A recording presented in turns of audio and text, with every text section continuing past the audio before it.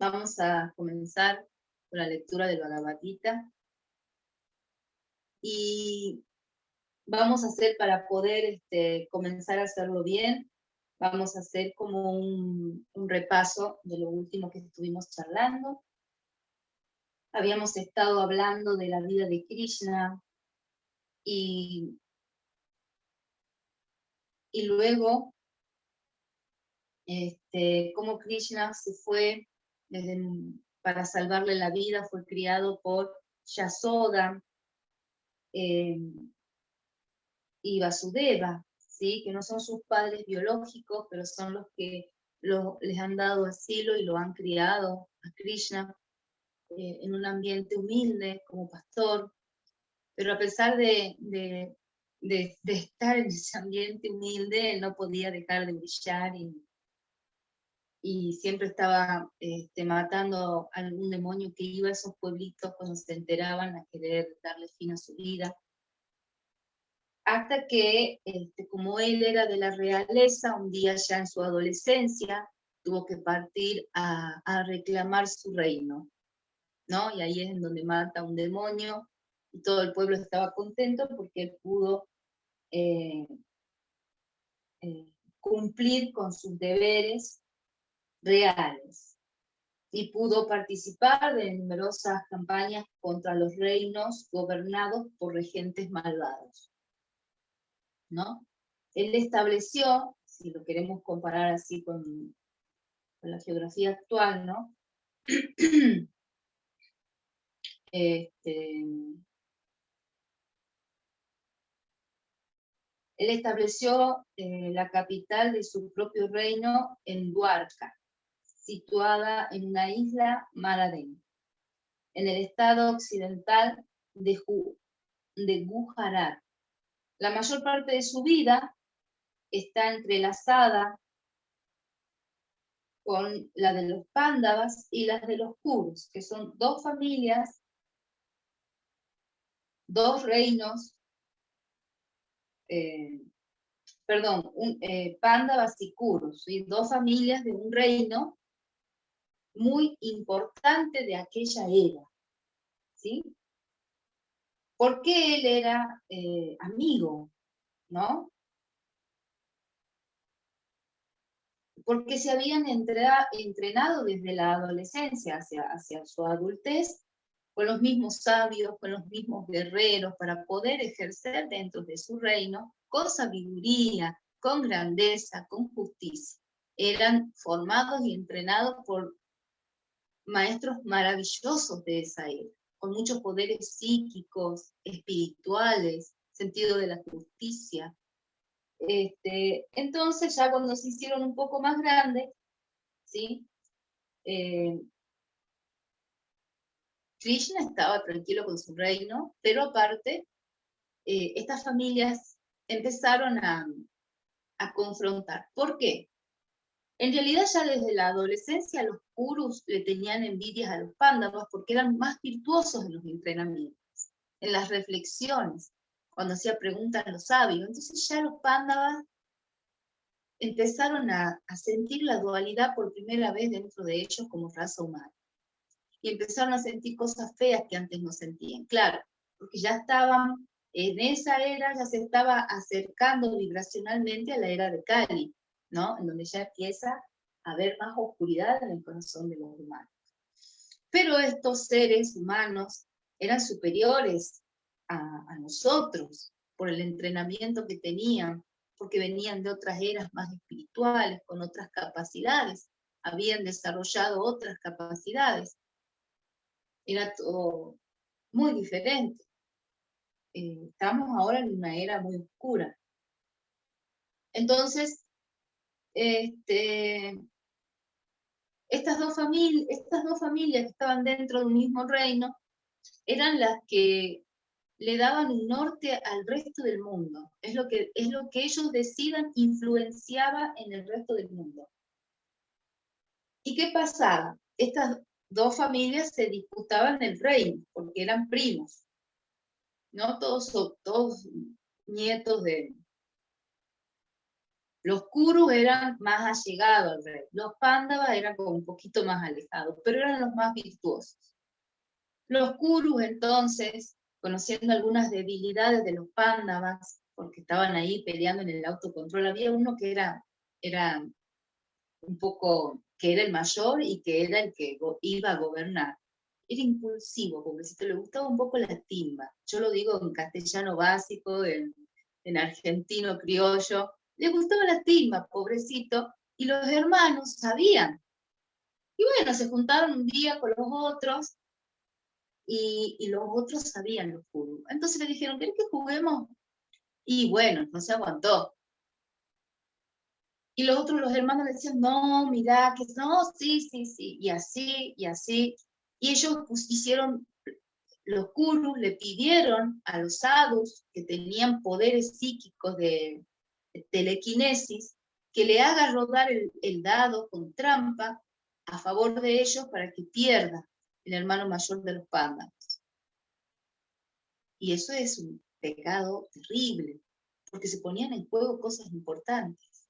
Y moralmente, con seres que fueron educados para respetar la ley del Dharma, eso no se hace. Pero ellos lo hicieron. Entonces,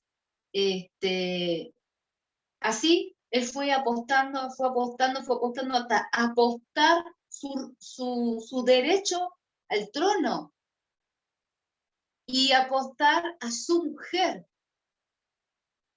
Perdió todo y los expulsaron al bosque, que vivan como indigentes, con trampa. Y así estuvieron viviendo y tuvieron sus aventuras. Eso está en el libro del Mahabharata. Tuvieron sus aventuras y en determinado momento era muy déspota el sobrino del rey, que era el que iba a continuar con el reinado, y que le había ganado ese derecho, hasta que decidieron, por diferentes razones, ya cuando leamos ese libro lo van a conocer, reclamar su reino. Porque Krishna les dijo que no podían dejar que la oscuridad reine sobre todo el planeta, porque el que reinaba ese reino reinaba sobre todo el planeta. Y como decirte Estados Unidos, que es una gran potencia, que de última.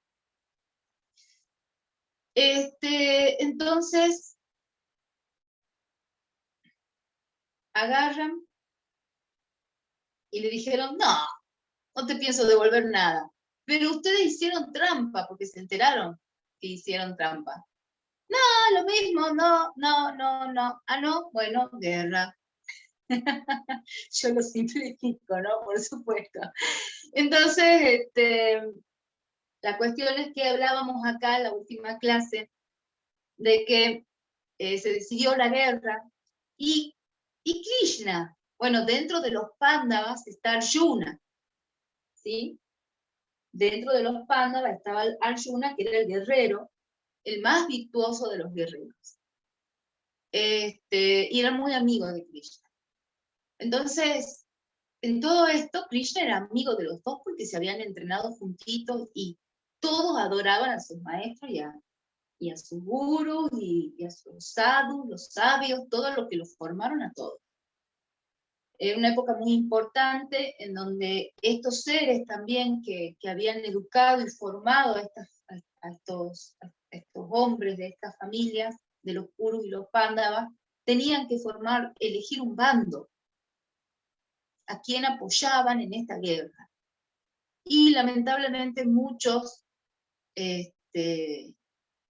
apoyaron a la familia de los Kurus y se quedaron con el reino, exponiendo, ¿no? De qué lado está. Otros no, pero la mayoría sí. Arjuna adoraba a sus maestros, los adoraba a todos. Fue muy duro para él. Y bueno, y Krishna era amigo de las dos familias. ¿Y qué pasa? Al ser un avatar, él tenía que ser neutro. O sea, él no podía influenciar en lo que era decirle a los demás lo que tienen que hacer y él elegir qué hacer. Él tenía que estar en el lugar que tenía que estar por decisión de los demás. Pero entonces, ¿qué hacía? Les daba a elegir. Entonces todo estaba dentro del juego de la rueda de samsara, de la ley del karma.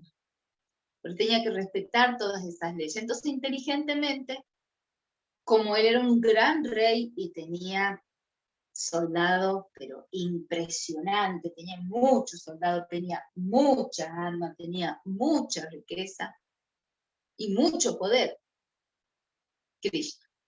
Entonces, los dos familias fueron a pedirle ayuda. Y él no podía elegir un avatar, él tenía que tratar de cumplir con su destino, pero al mismo tiempo no podía decirles qué hacer, ellos tenían que tomar esa decisión. Entonces a los Kuru, van los Kuru y le dicen, miren, tengo para ofrecerles dos cosas, mi presencia, mi sabiduría y mi asistencia en el campo de la batalla, o puedo también, en lugar de eso, ofrecerle todos, absolutamente todos mis soldados, todas mis armas de última tecnología. Y puedo también ofrecerles todo el oro que necesiten para que estén alimentados en el campo de batalla. ¿Qué es lo que quieren de mí? Y los Kurus, que eran como más materialistas, uno dice, ay, qué materialistas los Kurus, ¿cómo van a elegir? ¿Qué eligieron los Kurus? Y eligieron los soldados, eligieron las armas, y eligieron la plata para solventar una guerra, ¿no? Y uno a veces dice, ay, estos Kurus, ¿cómo no lo van a elegir a Krishna?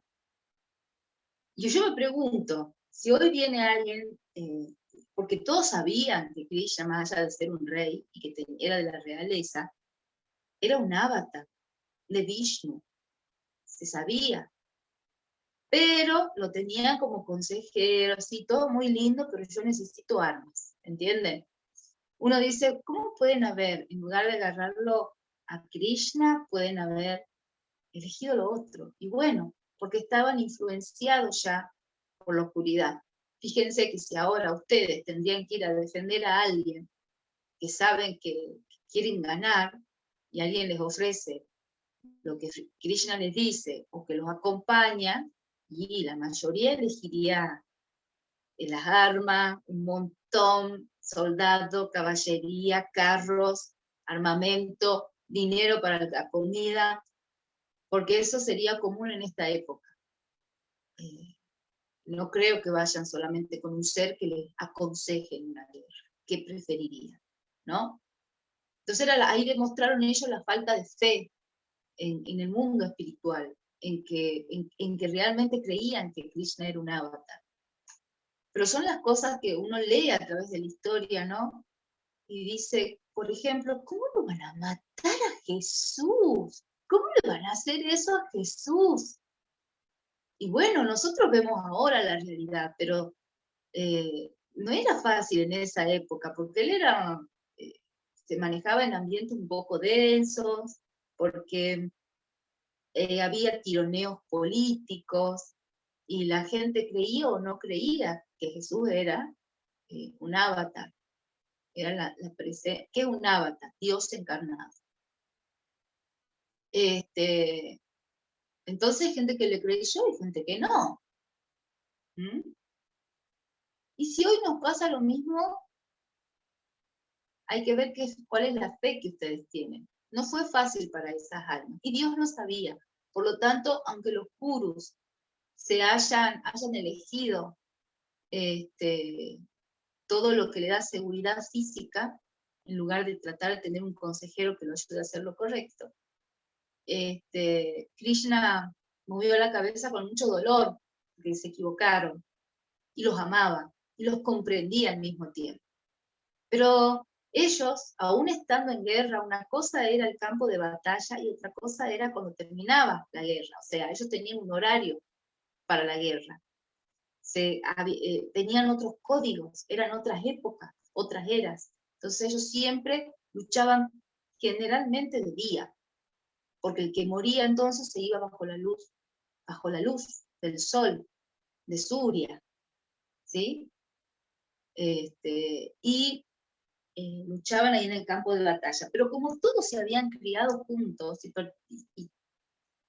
y lo conocían a Krishna y se conocían entre ellos y habían ahí amoríos, historias, tías, primos que se cruzaban de campo de batalla a tratar de convencer al otro que paren esta guerra. Y a pesar de muchos intentos de Krishna de ir a hablar y de muchas devis, no pudieron parar la guerra. Entonces, por las noches se hacían esos intercambios, alguno Krishna iba para un lado, otro iban a verlo a Krishna, otro iba a Arjuna, y siempre se respetaban, jamás trataron de matar a uno o al otro que iba para el campo de batalla. Eran personas con palabras, con códigos. Solo se peleaba en el campo de batalla. Bueno, y así entonces Krishna le dijo la misma propuesta a los Pándavas, y los Pándavas eligieron. ¿Quién fue a hablar con Krishna? Arjuna. Y le dijo, porque eran amigos desde chiquitos, siempre. Le dijo, va a empezar la guerra y necesito tu ayuda. Le dije, ¿qué quieres? Todo lo que quieras. ¿Tenés esto? O puedo ser tu consejero en el campo de batalla. Yo te quiero a vos. No quiero nada. Solamente te quiero a vos.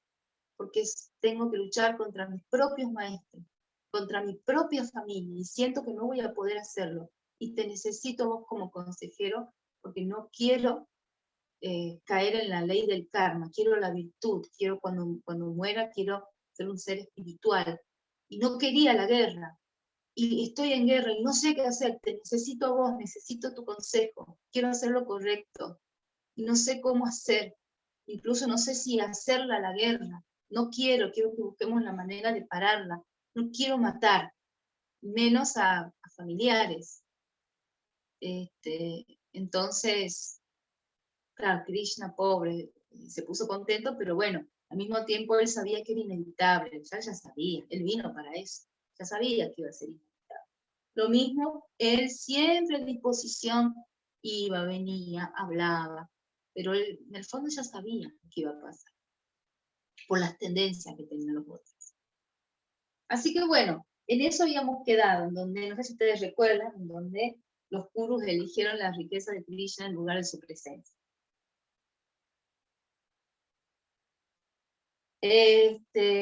Entonces, ¿sí? El Bhagavad Gita,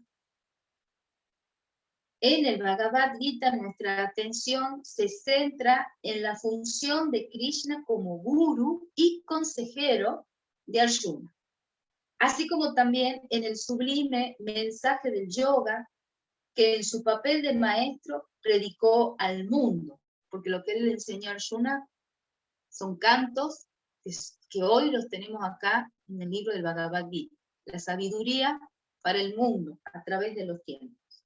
El camino a la acción correcta y de la meditación para alcanzar la comunión divina y la salvación. Eso es lo que le enseñó Krishna a Arjuna.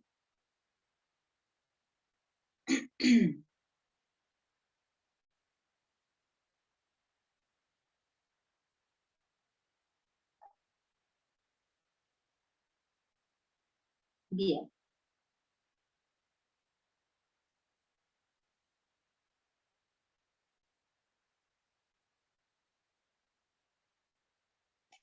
Él trata a través de lo que le aconseja a Arjuna, que quede en la historia el camino de la acción correcta y de la meditación para alcanzar la comunión divina y la salvación del alma. Un mensaje cuya sabiduría le ha entronizado en el corazón y en la mente de los devotos a lo largo de los siglos. Hemos oído hablar de los santos ascetas o de los profetas, de los bosques o de vida retirada, ¿sí? Que eran hombres de renuncia exclusivamente. Krishna, en cambio, revolucionó todo eso, ya que fue uno de los más grandes ejemplos de divinidad que vivió y se manifestó como un Cristo, y al mismo tiempo cumplió con su deber de ser un noble rey. Su vida demuestra el ideal no de la renuncia a la acción, sino una doctrina en donde uno, en lugar de renunciar a la acción, renuncia a los deseos que generan acciones que te atan al mundo de samsara. Ser un yogi, el autocontrol. Las personas que sentían el llamado espiritual se aislaban, se metían en una cueva, no es broma, se iban ermitas, se les llamaba. Se metían en una cueva, se quedaban ahí, se aislaban del mundo para no generar karma y no quedar atados a la rueda de samsara y poder ya desencarnar liberados. Pero él viene y nos enseña que hacer eso no es necesario, que lo mejor es tratar de controlar los deseos, controlar los sentidos, para que nuestras acciones sean correctas. Porque si no, eso es una mentira. Claro, cualquiera que esté encerrado, ¿qué karma puede generar si no sale a ningún lado? Tenés que salir, tenés que estar, mezclarte, y te vas a equivocar, y te vas a sentir mal, y vas a sentir como el diablo, después te vas a sentir como un ángel, te vas a sentir de muchas maneras hasta que aprendas, hasta que te conozcas, hasta que te puedas sostener en un estado. Y ese camino, ¿sí?, es sincero, porque no es que te evitas algunas cosas, las matas de raíz a través de la experiencia y el aprendizaje. Bueno, entonces Krishna viene a hablar todo lo que le explica Arjuna, todo lo que enseña, más la vida que lleva como avatar. Él se hace cargo de lo que le corresponde, ser un rey, gobernar y al mismo tiempo ser un ser espiritual. Entonces se puede. Obviamente que cuesta más, pero sí se puede. Y entonces aquí él enseña cómo es que se puede y por qué se puede. Bien. Si no existiera el trabajo, la civilización humana no sería sino una jungla de enfermedades. Entonces es importante que nosotros trabajemos la tierra, organicemos nuestro día, que cada persona según su virtud, según lo que le resulte más fácil hacer, tenga una responsabilidad. A mí me gusta tejer, me llevé a actividades prácticas, por ejemplo, en la secundaria me llevé a actividades prácticas, no me gusta ni coser ni tejer. Era buena para otras cosas. Yo tenía una amiga que le encantaba, listo. Yo te enseño una cosa o la otra y así, ¿no? En la vida. Y así surge el trueque y así nos organizamos y así, todos tenemos diferente talento. Según eso debemos trabajar, ¿sí? Y poner un orden a nivel social. Y no deja de ser más que un trabajo, un karma, porque toda acción trae una reacción. Debemos generar acciones, ¿sí?, para poder comer, para poder dormir.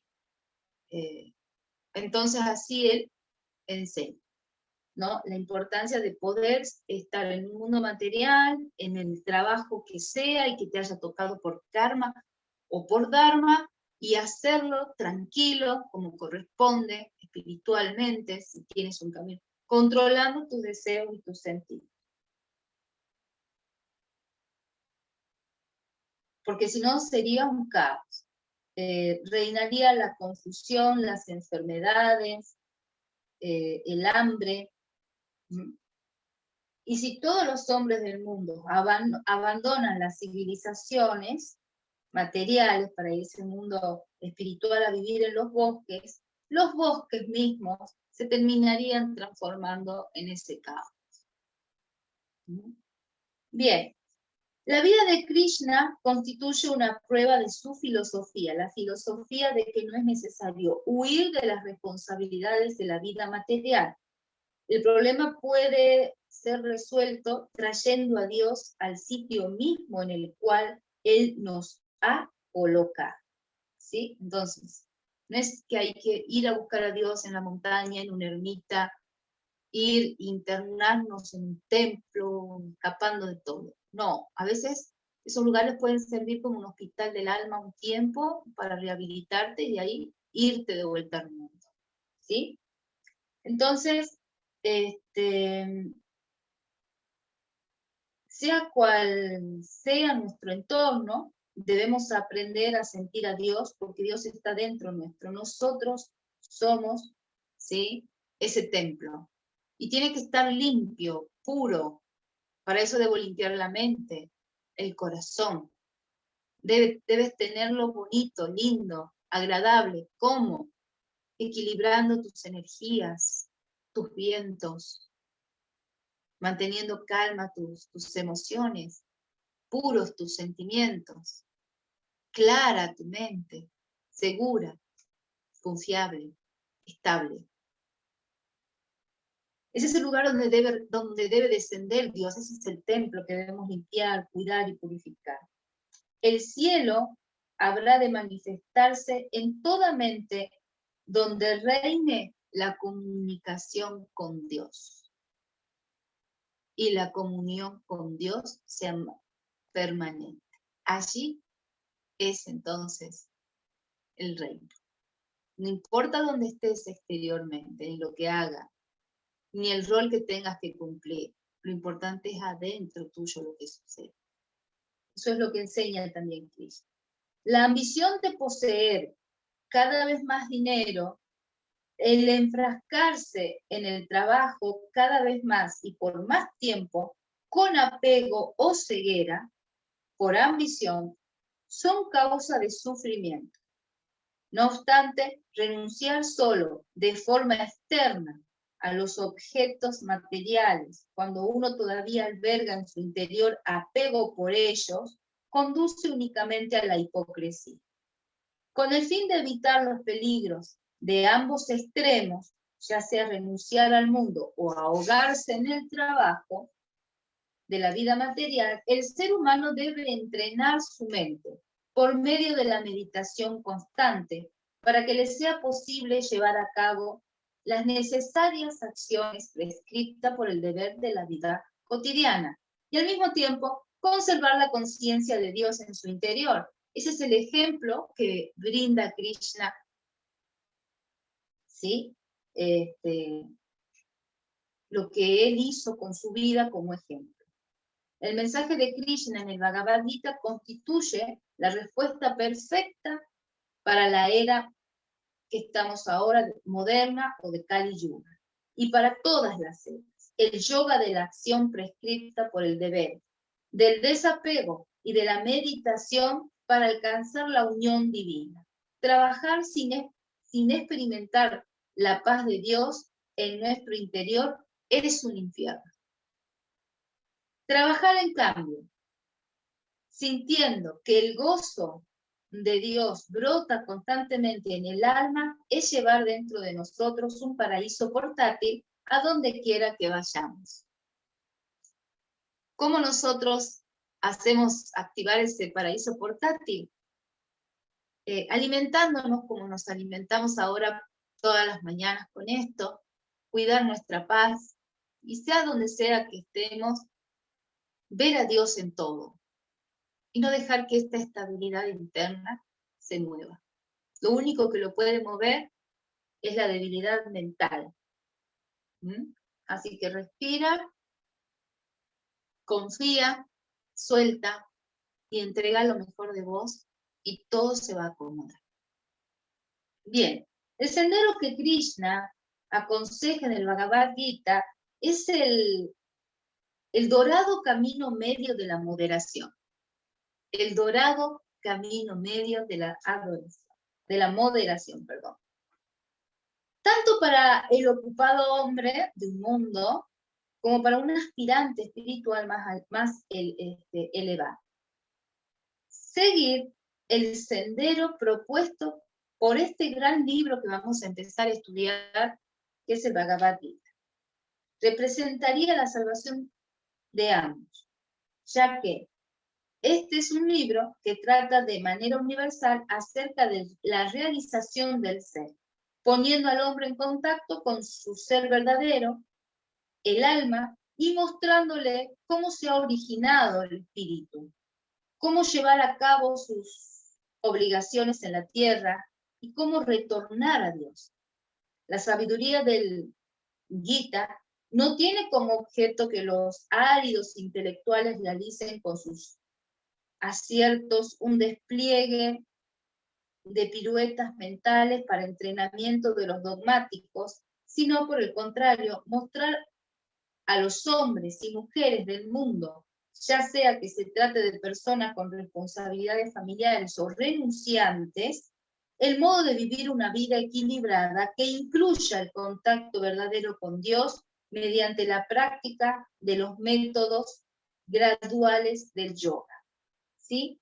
Este, les repito, es el Bhagavad Gita de Paramahansa Yogananda que yo les estoy leyendo, que es de la línea del Kriya Yoga, que a mí me parece genial, porque es una línea real, occidental, o sea, adaptada a la vida real occidental, ¿sí? Y que no tiene dogma, ni fanatismo. Por ahí a veces uno lee de otras vertientes del Bhagavad Gita y tiene ahí un poquito de, ¿no?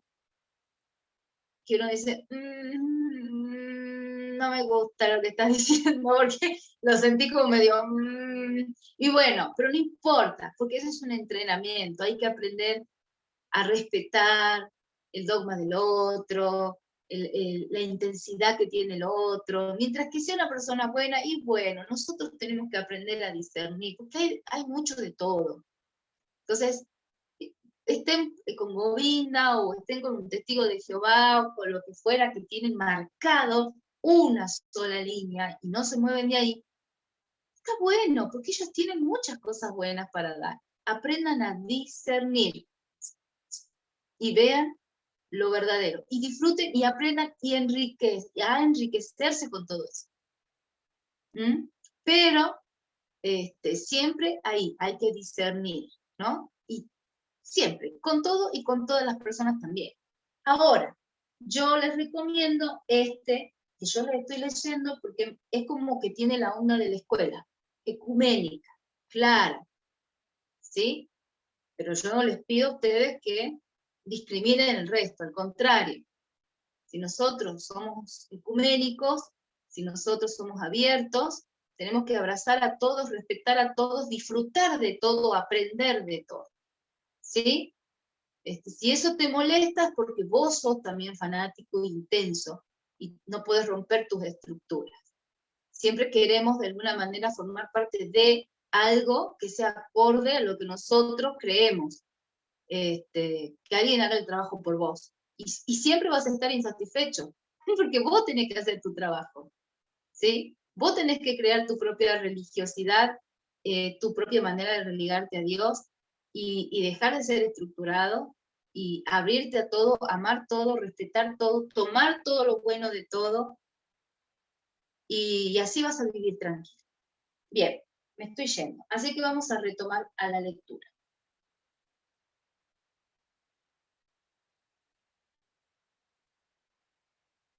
Bien. Hay una letra chiquita que no puedo leer ni con los anteojos, por eso digo, bien, paso la hoja. No lo leo, ¿qué quieren? Después si se compran el libro, les ustedes, que seguramente son como las explicaciones de algunas palabras o algunos términos que están buenos, ¿sí? Tengo un hambre ya, chicos, y una sed. Bueno, vamos a comenzar entonces ahora, después de haber conocido un poquito cómo es Krishna, cómo vino, quién es, vamos a ver lo que dice la batalla espiritual que se libera en la vida cotidiana, ¿no? Y acá, Maestra. Sí. Anda, prepárate un té si querés un ratito. Te esperamos. Ahí ya voy a hacer un break. Ahí voy a hacer un break. Ay, se me apagó. Bien. Dice, de Dios provenimos y nuestro destino final es retornar a Él.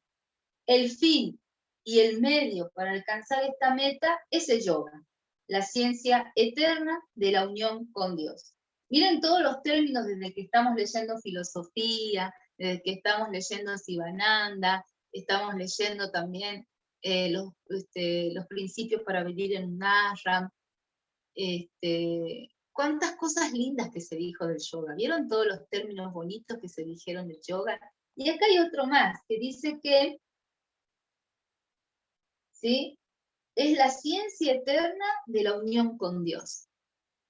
Muy bonito también este tema.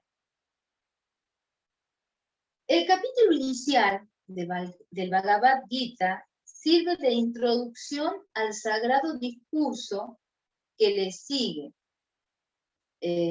Su propósito, sin embargo, no es simplemente situarnos a nosotros en la escena y proveer un telón de fondo que haya de leerse a la ligera. Es un texto muy importante. Cuando se lee como la alegoría de su autor, el gran sabio Vyasa, pretendió exponer este capítulo presente, los principios básicos de la ciencia del yoga, y describe las primeras contiendas espirituales del yoga que se dispone a recorrer el sendero hacia Kaivalya. Kaivalya, la liberación, la unión con Dios, la meta del yoga. Comprender las verdades que se hallan implícitas en el primer capítulo, implícitas, significa emprender el viaje del yoga con un itinerario claramente delineado. ¿Cómo emplear el poder de la introspección para triunfar en la vida? Bien, acá empieza la parte.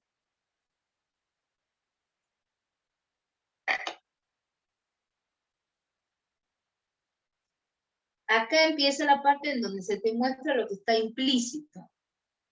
¿Sí?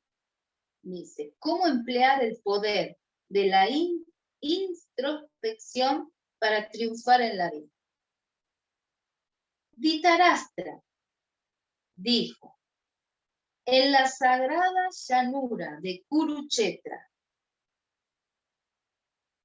donde con ansias de lucha se han congregado mi descendencia y los hijos de Pandu, dime, Sanjaya,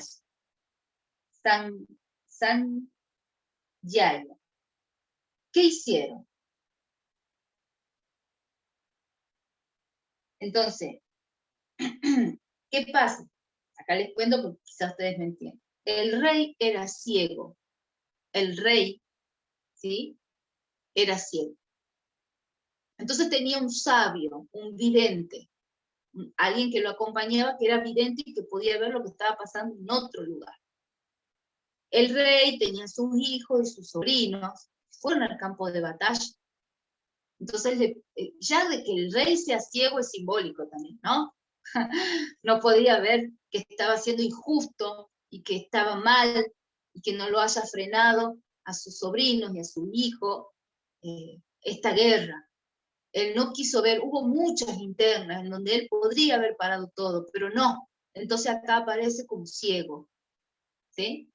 Bien. Entonces, acá te está diciendo que acá vamos a aprender en esta parte de Bhagavad Gita, cuando el rey le pregunta a Sanjaya ¿qué pasa en el campo de batalla? Y sitúa dónde es el campo de batalla. Es una lección para aprender cómo emplear la introspección y triunfar en la vida. Y acá describe esa parte donde dice, Dhritarashtra dijo, en la sagrada llanura de Kurukshetra, donde con ansias de lucha se han congregado mi descendencia y los hijos de Pandu, dime, oh Sanjaya, ¿qué hicieron? El rey ciego preguntó Alveraz Sanjaya, Alveraz Sanjaya, la introspección imparcial, cuando mi descendencia, los kurus, las irreflexivas tendencias negativas de la mente y de los sentidos. ¿Sí? Acá el rey dijo, en la sagrada llanura de Kurukshetra, donde con ansias de lucha se han congregado mi descendencia. Entonces ahí él está haciendo una introspección y dice, cuando mi descendencia, los kurus, ¿qué son los kurus? ¿Sí? Son las tendencias negativas de la mente y de los sentidos. Y después dice, donde mi descendencia y los hijos de Pandu, ¿quiénes son los hijos de Pandu? ¿Sí? Son los hijos virtuosos, son las partes y las tendencias puras del discernimiento. Después dice, se congregaron en Dharma Kshetra, que significa sagrada llanura, el Kurukshetra, el terreno corporal de la actividad, con ansias de luchar por conseguir la supremacía. ¿Cuál fue el resultado? Entonces acá está diciendo que se han enfrentado sus partes más oscuras con sus partes más benévolas. Le pide al vidente que le diga. ¿Cuál fue el resultado? El sentido literal de Sanjaya significa completamente victorioso. Aquel que se ha conquistado a sí mismo. Solo quien no está centrado en su ego tiene la capacidad de ver con claridad y de modo imparcial. Esto es muy importante. Quien no está centrado en su ego tiene la capacidad, ¿sí? Y la claridad mental y puede ser imparcial. Por eso, en el Gita, Sanjaya personifica la visión divina que mora en nuestro interior, en el que lo ve todo. Personifica, es evidente, ¿sí? La visión divina que mora en nuestro interior. Para el devoto, para el iniciado, representa el poder del autoanálisis intuitivo e imparcial que tenemos nosotros. La introspección discernidora es la capacidad de tomar distancia de uno mismo. ¿Sí? Entonces, uno de los principales caminos más importantes para avanzar, actitud importante para avanzar en el camino espiritual, es la capacidad de discernir. ¿Cómo se hace? Haciendo una introspección y tomando distancia de uno mismo. ¿Sí? De esa manera se anula el ego. Observarse sin prejuicios y sin juzgar con exactitud. Los pensamientos pueden estar presentes sin que nos parezcamos conscientemente a ellos. La introspección es aquel poder intuitivo mediante el cual la conciencia es capaz de observar los pensamientos. No razona, más bien siente.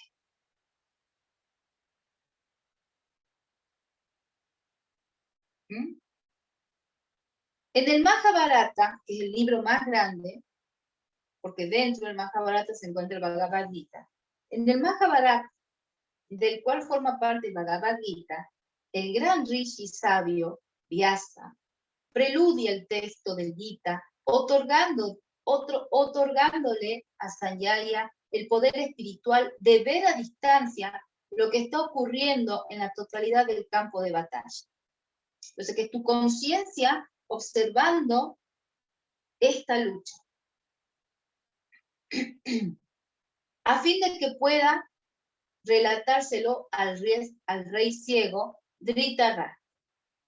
A medida que los acontecimientos se desarrollan, por ello, uno podría esperar que la pregunta que el rey formula en la primera estrofa se encontrara en tiempo presente. El autor Vyasa hace de manera intencional que Sanjaya narre el diálogo del Gita en forma retrospectiva y emplee el verbo en tiempo pasado.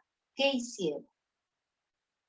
A fin de indicar claramente a los estudiantes perceptivos que el Gita se refiere solo de modo incidental a una batalla histórica que tuvo lugar en la llanura de Kurukshetra, al norte de la India. Lo que en realidad Vyasa describe es primordialmente una batalla universal, la enconada contienda que a diario se libera en la vida de cada ser humano.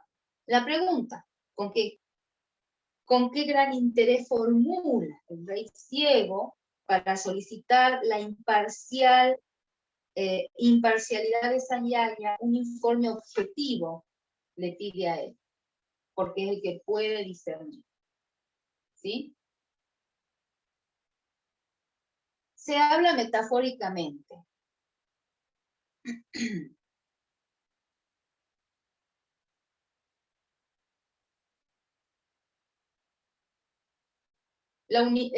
Por medio de la introspección sincera, analiza sus acciones y evalúa el poderío de los ejércitos en pugna, constituido por sus buenas y malas tendencias, el autocontrol frente a la indulgencia, la inteligencia discernidora en contraposición a las inclinaciones mentales sensoriales, la resolución espiritual de meditar confrontada con la resistencia mental y la inquietud física, y la divina conciencia del alma en oposición a la ignorancia y a la atracción magnética de la naturaleza inferior del ego.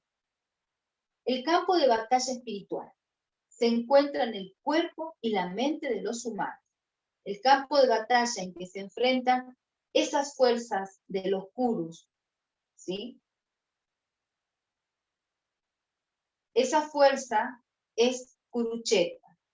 Kuru, de la raíz sánscrita kri, trabajo, actividad material, y Kshetra, campo. Este campo de acción es el cuerpo humano con sus correspondientes facultades físicas, mentales y espirituales.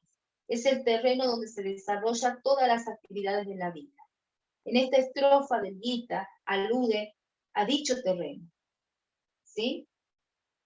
La llanura o campo sagrado significa rectitud, virtud, santidad, porque este es en el lugar, ¿sí?, donde se libera la justa batalla entre las virtudes de la inteligencia discernidora del alma, que serían los pandos, y las acciones innobles, que serían los puros, que son la descendencia del rey cielo. Bien, y acá explica que la conciencia material frente a la conciencia espiritual. ¿Qué pasa con ese enfrentamiento?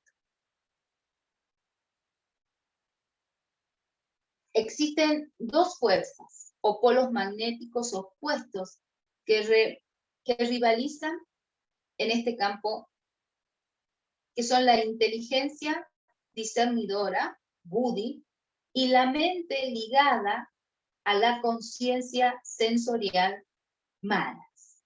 Yo sé que esto lo entienden porque han estudiado las funciones de la mente. Lo recuerdan, ¿verdad?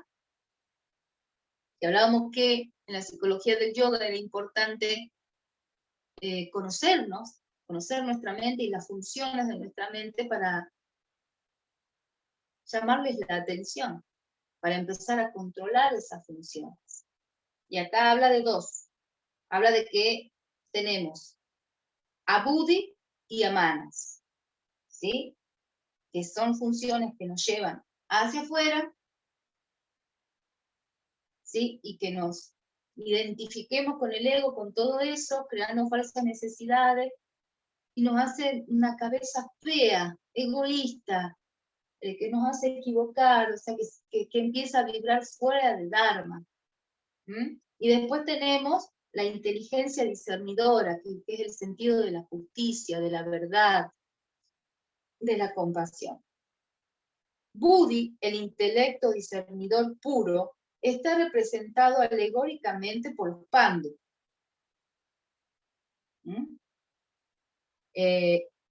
Bueno, acá para que ustedes entiendan, les tengo que contar una historia. Dice, Buddhi, el intelecto discernidor puro, está representado alegóricamente por los pandu. Esposo de Kunti, madre de Arjuna y de los demás príncipes pándavas, que defienden los rectos principios de Nivriti, la renuncia a la mundanalidad. El nombre de Pandu deriva de pan, blanco, una referencia metafórica a la claridad del intelecto discernidor puro. Manas se encuentra representado alegóricamente por el rey ciego, padre de los 100 kurus o impresiones y tendencias sensoriales, la totalidad de las cuales se inclina hacia pravriti, el goce mundano. La capacidad que posee Buddhi para discernir correctamente la obtiene de la superconciencia del alma, que se manifiesta en los asientos causales de la conciencia, situados en los centros espirituales del cerebro y de la espina dorsal. Manas, la mente sensorial, el polo magnético sutil orientado hacia el exterior en dirección al mundo de la materia, se encuentra ubicado en el puente de Barolio, el cual, desde el punto de vista fisiológico, se halla en todo momento ocupado en la coordinación de los sentidos. Bien, para esto tienen que, para entender en profundidad esto, es como que tienen que repasar lo que hemos estudiado en el Hatha inicial, que es las funciones de la mente, y también, ¿se acuerdan que habíamos estudiado el sistema límbico? En las funciones del cerebro que están conectadas con manas. Bien.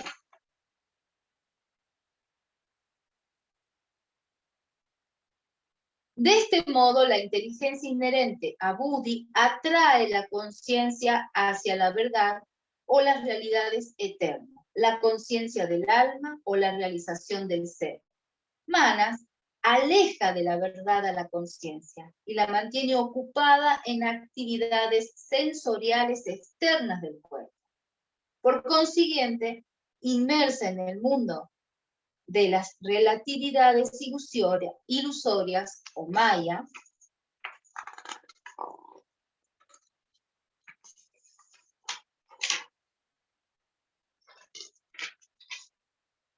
acá puedo leer la letra chiquita. Bien, entonces, habíamos dicho que acá la inteligencia, Buddhi, ¿sí? El intelecto, la capacidad de discernir, atrae la conciencia, ¿sí? Hacia la verdad o las realidades eternas. ¿A qué se le dice conciencia? Al alma. Nosotros, ¿se acuerdan que yo les había comentado una vez? El alma tiene edades, según cómo sea. Hay almas que son muy manipulables, entonces son almas infantes. Están muy predispuestas a la ciclotimia porque tiene muchas funciones su mente, y a veces va hacia adentro, se va hacia afuera, va, viene, entra en una secta, se hace heavy metal, después se mete en los o sea, pasa por un montón de cosas, pobrecita, para tener experiencia hasta que madura, ¿sí? Entonces el alma tiene diferentes edades. Y depende las funciones de la mente, pobrecita, que madure, ¿sí? Entonces siempre tenemos Buddhi, que es el intelecto, y Manas. Manas la lleva afuera, que pierda el tiempo, a que haga un montón de cosas sin observarse, sin reglas, sin nada. Pobrecita, no sabe nada. Y así les va. Después, sin embargo, a través de Buddhi, uno desarrolla la conciencia, el autocontrol, la introspección, la reflexión, sentido de la justicia, los 8 pasos del yoga. ¿Sí? Entonces, ¿qué dice acá? Que el alma, ¿sí? La inteligencia de Buddhi atrae la conciencia hacia la verdad o realidades eternas, o atrae al alma hacia la verdad y las realidades eternas, la conciencia del alma o la realización del ser. Sin embargo, Manas, ¿sí?, aleja de la verdad a la conciencia y la mantiene ocupada en actividades sensoriales externas del cuerpo y por consiguiente inmersa en el mundo de la relatividad ilusorias o Maya. Bien, acá habíamos nombrado lo que era el puente de Baroglio, ¿sí? O la protuberancia anular en una porción del tronco encefálico. Se encuentra situado por encima del bulbo raquídeo y centrado por debajo de los dos hemisferios cerebrales y conecta el cerebro, el cerebelo y la médula. Sus dimensiones son pequeñas y por su interior pasan las vías ascendentes sensitivas y descendentes motoras que conectan el cerebro con el resto del cuerpo. Estas vías atraviesan una densa red de numerosas neuronas llamadas formación reticular, cuya función es activar el resto del cerebro y regular el ciclo circadiano de sueño y vigilia. Todo lo que estoy nombrando estudiaron en el Hatha, los ritmos circadianos, ¿sí?, cómo están todas las partes del cerebro, y ahora eso les sirve para entender mejor este Bhagavad Gita. Y si no, vayan a repasar. ¡Qué mala! Bien, el puente de Baroglio contiene una estructura especial.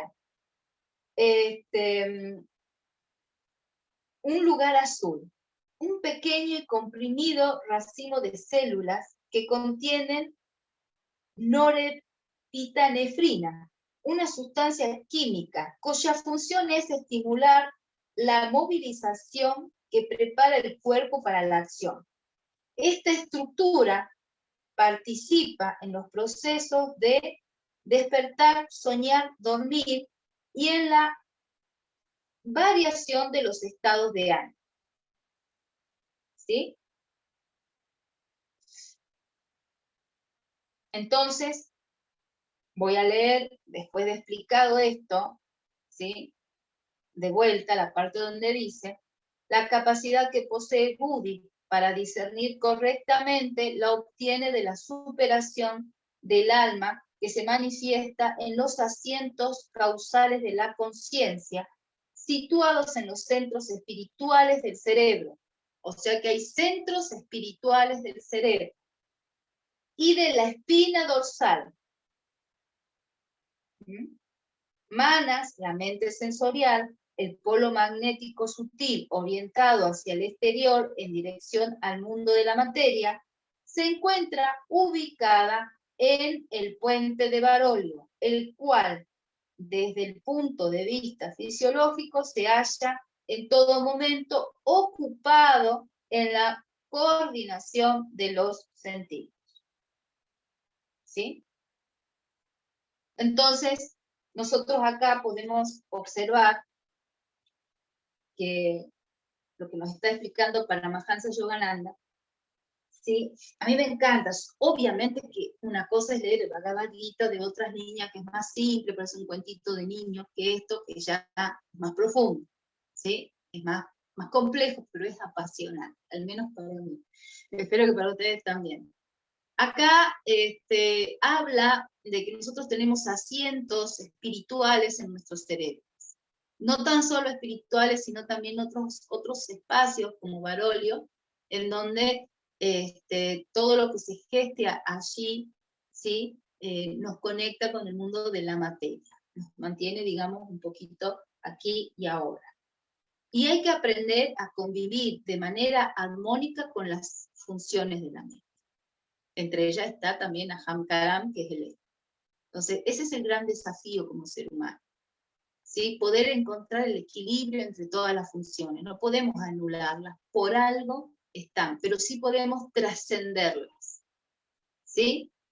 Entonces es importante, no tan solo eso, porque vieron que acá te habla de palabras, de cosas muy bonitas, pero después te marca fisiológicamente a dónde se encuentran. porque también esas luchas internas, también esas tendencias generan determinado impulso o intensidad en las funciones fisiológicas nuestras que están ligadas a esas partes psíquicas. ¿Sí? Bien. Bueno, como es un poco complejo, lástima que no tengan el libro. Si quieren, pueden como más o menos ver un poquito, buscar las funciones de la mente y las partes donde se describe toda la conformación del sistema cerebral y encéfalo-raquídeo. Es muy apasionante esto. Así que se requiere por ahí repasar, tener en cuenta lo que uno estudió. Yo voy a hacer un break de 5 o 7 minutitos, así me hago un tecito, porque si no mi encéfalo raquídeo y mi cerebro entrará en conflicto, porque necesito aminoácidos y azúcar. Los quiero mucho, hacemos un break y ya continuamos, estamos en la página 19, y vamos a pasar a la página 20, ¿sí? Y hago un break, de paso miro la hora y me organizo.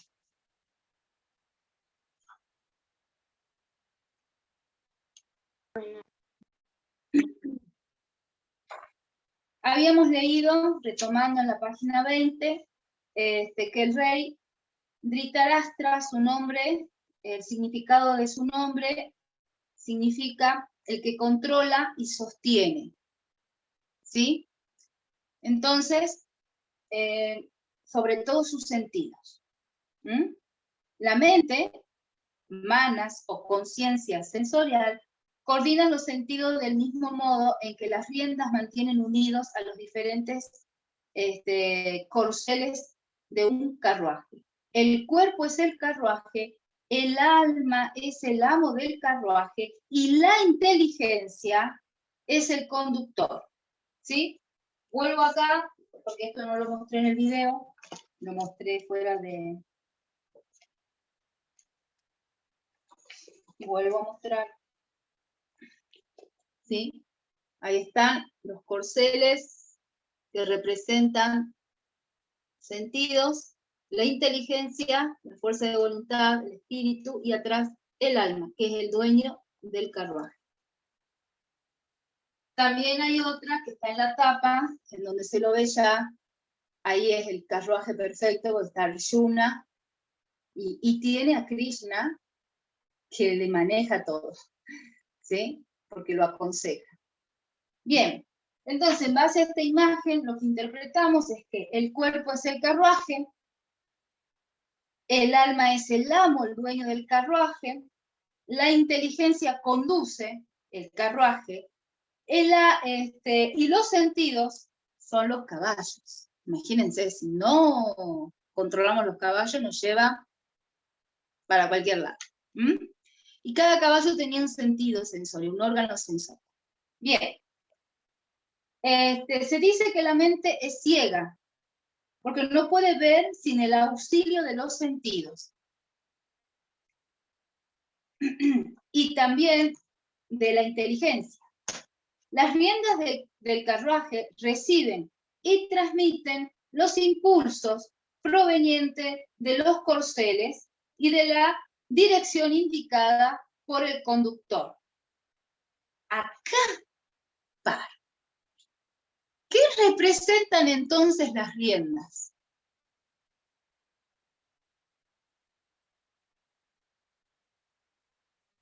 El autocontrol, maestra. El autocontrol.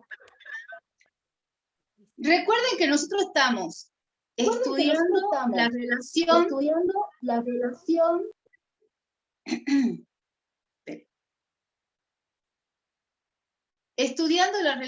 también de las funciones mentales con nuestro cuerpo fisiológico. Entonces pasa de ser solamente una filosofía y empezamos a confirmar y a relacionar, ¿sí?, la parte fisiológica con la parte psíquica y espiritual. Entonces vuelvo acá. El carruaje, el cuerpo es el carruaje, el alma es el amo del carruaje, la inteligencia es el conductor y los sentidos, los corceles. Se dice que la mente es ciega, porque no puede ver sin el auxilio de los sentidos, de los corceles, y de la inteligencia. Las riendas del carruaje reciben y transmiten los impulsos provenientes de los corceles, o sea, de los sentidos, y de la dirección indicada por el conductor, o sea, la inteligencia. ¿De qué está hablando acá? No se te escucha, Dani, ni Tiananda. ¿El sistema nervioso, maestra? Sí, exacto. Está hablando de la relación que existe entre el sistema nervioso y las funciones de tu mente. Nosotros tenemos 5 funciones mentales. Acá hablaba de buddhi y de manas. Entonces, buddhi es la inteligencia. Mana son los sentidos que nos llevan hacia afuera. Y las riendas son los canales, la comunicación nerviosa que existen entre esas dos funciones. Miren qué maravilloso que es esa imagen, todo lo que representa. Quiero un cuadro, me voy a pintar un cuadro ahora. Con eso, me encanta todo lo que uno tiene que ir descubriendo más allá de la apariencia. Bueno, de manera similar, la mente ciega por sí sola no reconoce ni ejerce dirección alguna. Acá nos sigue hablando de manera metafórica, ¿sí? Entonces, de manera similar, la mente ciega por sí sola quiere decir que necesita de manas, ¿sí? Porque le ayuda a percibir todo el entorno, porque es ciega. O sea, la mente está conformada por los 5 sentidos. Entonces hay partes, por ejemplo, buddhi no podría discernir sin manas, no podría discernir. Entonces no podemos anular una cosa o la otra. Debemos aprender a controlarlos. ¿A través de qué controlamos los sentidos? De las riendas, ¿sí? De las riendas podemos contener los sentidos. ¿Y cuáles son las riendas? El sistema nervioso. O sea que toda actividad que nos ayude a normalizar, equilibrar nuestro sistema nervioso, nos está ayudando a aprender a controlar nuestros sentidos. Ahora, ¿quién sostiene las riendas? La inteligencia. Buddhi. ¿Sí? Bien. Pero, acá dice, la mente es ciega. La mente de por sí es ciega, tiene funciones, ¿sí? Por sí sola no reconoce ni ejerce dirección alguna, sino que simplemente reconoce las impresiones de los sentidos y transmite las conclusiones e instrucciones provenientes de la inteligencia. ¿Sí? Entonces, unir y venir entre los sentidos y la inteligencia que maneja a través de las vidas. Bien, si la inteligencia está gobernada por buddhi, el poder del discernimiento puro, los sentidos se encuentran bajo control. Si por el contrario la inteligencia está gobernada por los deseos materiales, ¿sí? Los sentidos se comportan de manera turbulenta y descontrolada y caen en costumbres perniciosas y hábitos autodestructivos. Sí, imagínense unos caballos que se van, hay caballos que se van al abismo, si no los contenés y están sobreexcitados. Bien, el devoto que avanza en pos de la realización del ser debe contar con un cuerpo saludable, sentidos educados mediante el autocontrol,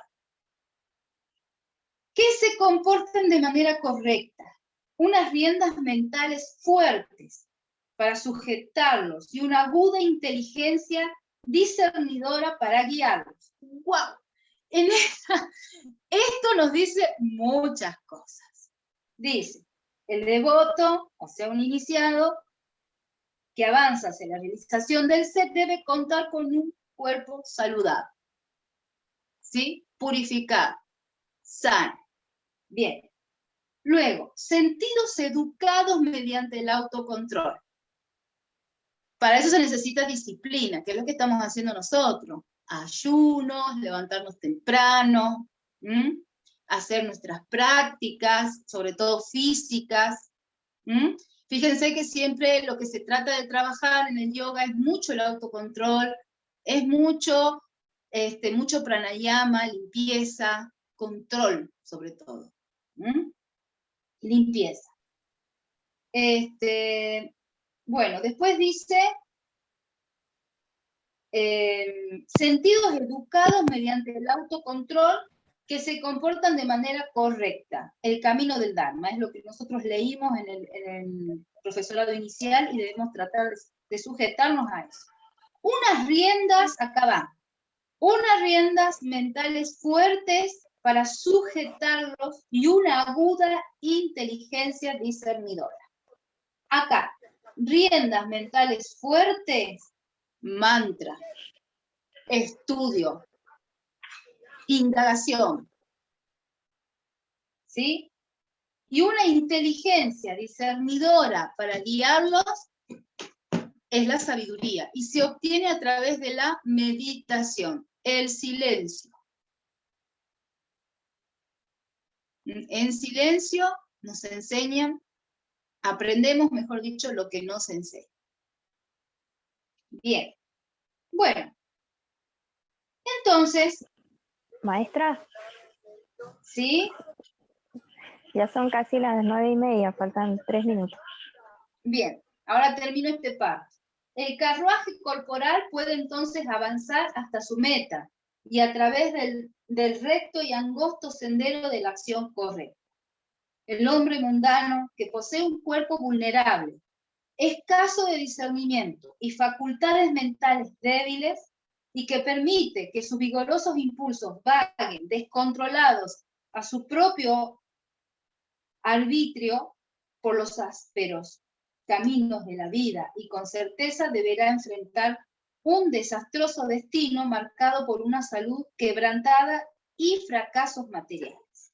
El devoto es consciente de que el objetivo más importante de la vida es alcanzar la meta de la realización del ser. Conocer a través de la meditación su verdadera naturaleza como el alma y su unidad con el espíritu, eternamente bienaventurado, a fin de no verse asediado por las caídas de las zanjas del sufrimiento físico, mental y espiritual. El devoto aprende también a desarrollar la inteligencia discernidora, facultades de percepción claras y armoniosas, sentidos provistos de autocontrol y un cuerpo dotado de salud vital para que todos ellos estén al servicio del alma. Bien, hasta acá voy a llegar. Página 21, marqué con rojo lo que debemos seguir el próximo viernes, ¿sí? Bueno, o vemos, capaz que como estamos embalados le mandamos el lunes también. Total, la vamos a grabar a las clases. Bueno, voy a darle fin a esta lectura. Muchas gracias, esperen un segundito, voy a saludar para frenar ya la grabación.